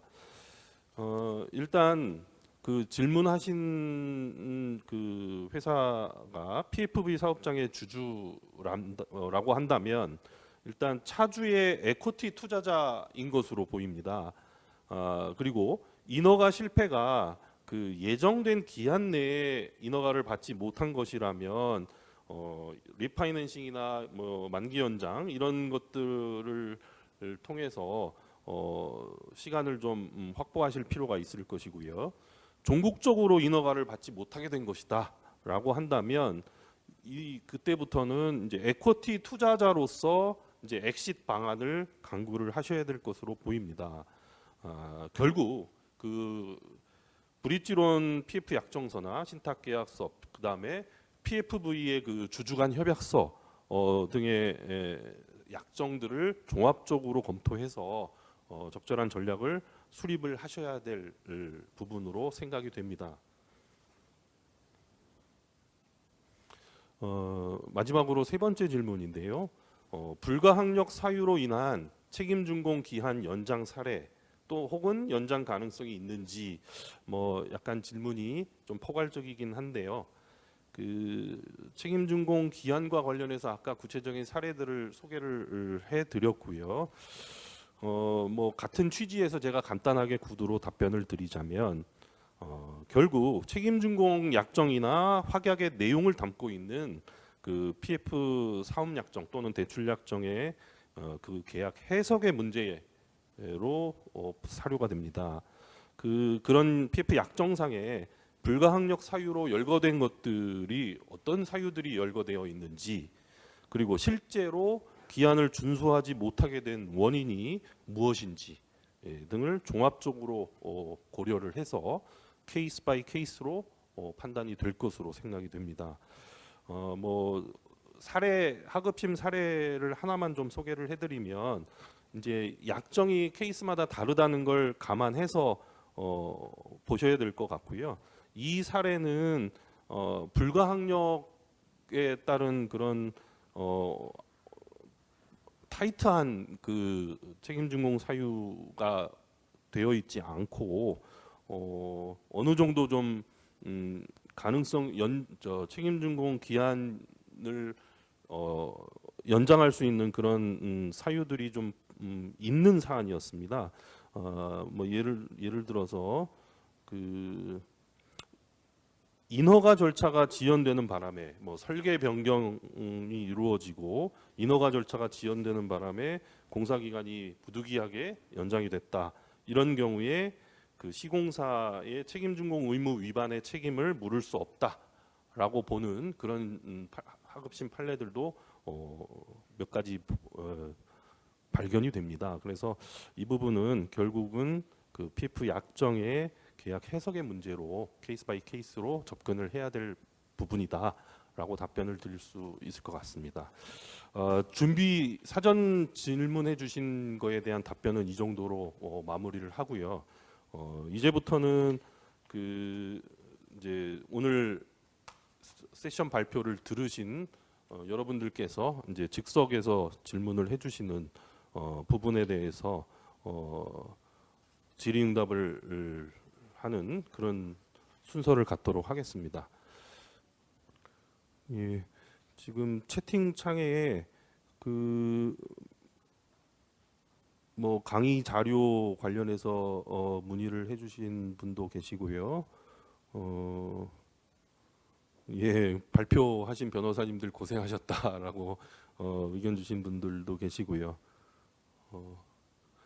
뭐 즉석에서 질문이 없으면 아까 그 발표 자료 제공 부분은 제가 아까 마지막 세션 시작하기 전에 안내를 좀 드렸고요. 그러면 이 정도로 오늘 웨비나를 좀 정리를 하도록 하겠습니다. 제가 마지막 마치는 말씀만 좀 간단하게 좀 드리고 예, 마치겠습니다. 그 이번 웨비나에 참여해서 장시간 저희의 발표를 경청해 주신 참석자 여러분께 감사드립니다. 그리고 발표를 담당해 주신 우리 변호사님들께 그 노고에 깊이 감사드립니다. 모쪼록 이번 웨비나에서 다루어진 PF 대출 사업장의 시공사 리스크 관리 전략이 참석자 여러분들이 속한 회사에 큰 도움이 되셨으면 하는 바람을 가지고요. 이번 웨비나를 계기로 PF 대출 사업장의 대주단 리스크 관리 전략, 또 시행사 리스크 관리 전략, 또 신탁사 리스크 관리 전략 등 저희가 시리즈 웨비나를 준비할 예정임을 여러분께 말씀을 드립니다. PF 대출 사업장의 리스크 관리에 대해서 자문 또는 소송건이 있으시면 준비된 저희 법무법인 바른의 부동산 PF 금융위기 대응팀에게 문의하여 주시기 바랍니다. 이것으로 이번 웨비나를 모두 마치겠습니다. 감사합니다.